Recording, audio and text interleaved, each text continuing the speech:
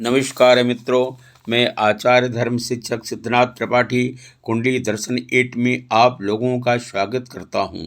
मित्रों, आज आप लोगों के बीच महाभारत का एक प्रसंग लेकर के उपस्थित हुआ हूं। महाभारत का प्रसंग है उत्तरा अभिमन्यु संवाद। आइए इसी अपने विषय पर वार्ता करते हैं। महाभारत का युद्ध चल रहा था। भीष्म पितामह सरसैया पर गिर पड़े थे और द्रोणाचार्य कौरव पक्ष के सेनापति हो गए थे। दुर्योधन बार बार आचार्य से कहता था, आप युद्ध में पक्षपात करते हैं, आप चाहे तो पांडवों को जीतना कठिन नहीं है। आचार्य ने उत्तेजित होकर कहा, अर्जुन की रहते हुए भी पांडव पक्ष को देवता भी नहीं जीत सकते। तुम यदि अर्जुन को कहीं दूर हटा सको तो मैं शेष सभी को हरा दूंगा। दुर्योधन के उकसाने पर संसप्त नामक वीर तिरगत वीरों ने अर्जुन को युद्ध के लिए चुनौती दी। अर्जुन संसप्त को से लड़ने के लिए दूर चले गए थे। तब द्रोणाचार्य ने चक्रव्यूह की रचना की। उस चक्रव्यूह को मात्र अर्जुन तोड़ सकते थे। चक्रव्यूह की रचना सुनकर युधिष्ठिर को चिंता हुई। पांडवों में निराशा छा गई। अब क्या होगा? अर्जुन यहाँ नहीं, कौन व्यूह को तोड़ेगा? अब हार निश्चित है। उसी समय अभिमन्यु ने कहा, महाराज, आप चिंता क्यों करते हैं? मैं अकेला ही व्यूह में प्रवेश करके शत्रुओं का गर्व दूर करूंगा। युधिष्ठिर ने पूछा, बेटा, तुम चक्रव्यूह का रहस्य कैसे जानती हो? अभिमन्यु ने बताया, जब मैं माता के गर्भ में था तब एक दिन पिताजी ने माता से चक्रव्यूह का वर्णन किया था। पिताजी ने चक्रव्यूह के 6 द्वार तोड़ने की बात बताई। इतने में माता को नींद आ गई। पिताजी ने उसके आगे का वर्णन नहीं किया। अतः मैं चक्रव्यूह में प्रवेश करके 6 द्वार तोड़ सकता हूँ, किंतु उसका 7वां द्वार तोड़कर निकल आने की विद्या मुझे नहीं आती।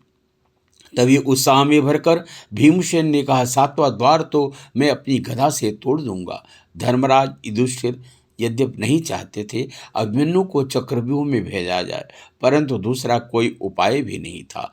अभिमन्यु ने अपने सारथी सुमित्र से कहा, सारथी, मेरे रथ को सजाओ, मेरे सभी अस्त्र शस्त्र रथ में रख दो, द्रोण का चक्रव्यूह भेदन करूंगा। तुम रथ को सजाओ, मैं पत्नी उत्तरा से मिलकर आता हूँ। अभिमन्यु उत्तरा के पास विदा लेने के लिए गया। उत्तरा को पता चल गया था कि व्यूह भेदन के लिए जा रहे हैं। उत्तरा ने कहा, क्षत्राणियों के अर्थ भी सबसे बड़ा गौरव यही, सज्जित करे पतिपुत्र को रण के लिए जो आप ही, जो वीरपति के कीर्ति पथ में विघ्न बाधा डालती, होकर सती भी वह कहाँ कर्तव्य अपना पालती। क्षत्राणियों का कर्तव्य और धर्म भी यही है, अपने पति को और पुत्र को विजय तिलक करके हाथ में हथियार देकर विदा करे। यह सब जानती हूँ, फिर भी न जाने क्यों मेरा मन घबरा रहा है। अब शकुन भी दिख रहे हैं, इसलिए प्रार्थना करती हूँ, जाने न दूंगी आज मैं प्रियतम तुम्हें, संग्राम में उठती बुरी हैं भावनाएं, हा यही सहेद्राम में कुछ राजपाट न चाहिए,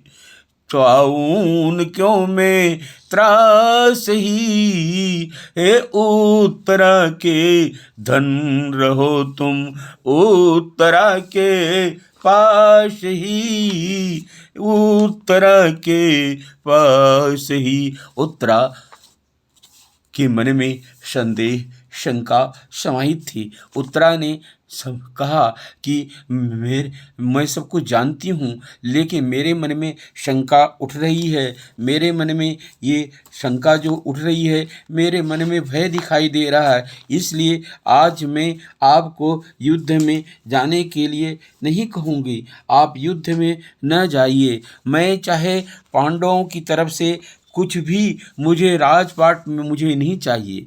मुझे कितना भी कष्ट मिले, लेकिन फिर भी जो है कि मैं आपको युद्ध में जाने नहीं दूंगा। उत्तरा की बात सुन करके अभिमन्यु ने कहा, हे उत्तरा, अगर मेरे पिताजी नहीं हैं अर्जुन नहीं हैं और अर्जुन के न होने पर मैं अगर युद्ध में नहीं जाता हूं तो संसार कहेगा अर्जुन नहीं, लेकिन अर्जुन का पुत्र तो था, वो क्यों नहीं गया युद्ध में। उस समय लोग मुझे कायर नपुंसक कह कर के पुकारेंगे, तो उस तब क्या तुम हम लोग कहेंगे कि कायर है अभिमन्यु, नपुंसक था अभिमन्यु, तो तुम सह सकोगी? नहीं उत्तरा, तुम छत्राणी हो, मुझे हंसते हंसते विदा करो और मैं युद्ध में जाऊंगा किसी प्रकार। जीवनमयी सुखदायिनी प्राणाधिके प्राणप्रिय, कातर तुम्हें क्या चित्त में इस भांति होना चाहिए। किसी प्रकार उत्तरा को सांत्वना देकर अभिमन्यु युद्ध के लिए चला। व्यूह के मुख्य द्वार पर जयद्रथ था, जिसे भगवान शंकर से वरदान प्राप्त था। अर्जुन को छोड़कर शेष पांडव उसे हरा नहीं सकते थे। अभिमन्यु ने अपनी बाण वर्षा से जयद्रथ को विचलित कर दिया और व्यूह के भीतर चला गया। जयद्रथ फिर सावधान होकर खड़ा हो गया।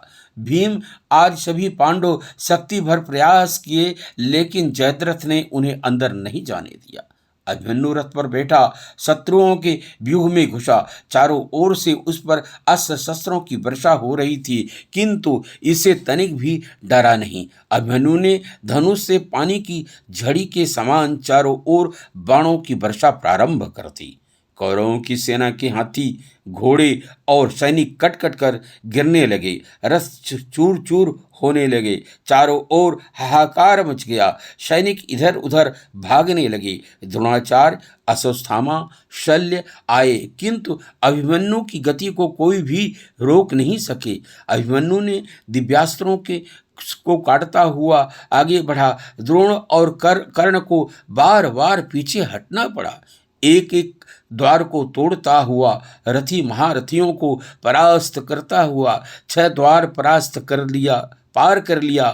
कौरव पक्ष को सभी महारथी घायल हो गए थे। द्रोणाचार्य ने कहा, यह अभिमन्यु तो अर्जुन से भी वीर है, जब तक इसके हाथ में धनुष है इसे जीत कोई नहीं सकता।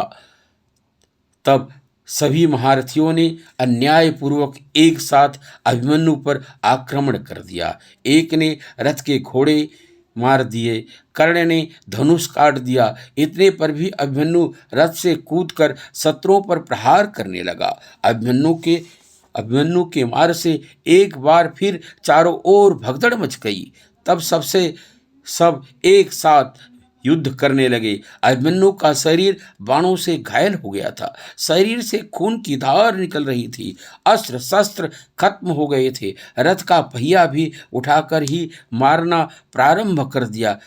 तब पीछे से दुशासन के पुत्र ने अभिमन्यु को गदा मारी। गदा सर में लगते ही अभिमन्यु गिर गया और जो है कि अपने पिता और मामा कृष्ण को याद करते हुए अभिमन्यु ने कहा, मैं तो अमर हो कर यहाँ अब शीघ्र सिरपुर को चला, पद याद रखो पाप का होता नहीं है फल भला, हे तात हे माँ तुल जहाँ हो है प्रणाम तुम्हें वहीं, अभिमन्यु का इस भांति मरना भूल मत जाना कहीं, भूल मत जाना कहीं। इस प्रकार अभिमन्यु विलाप करते हुए माता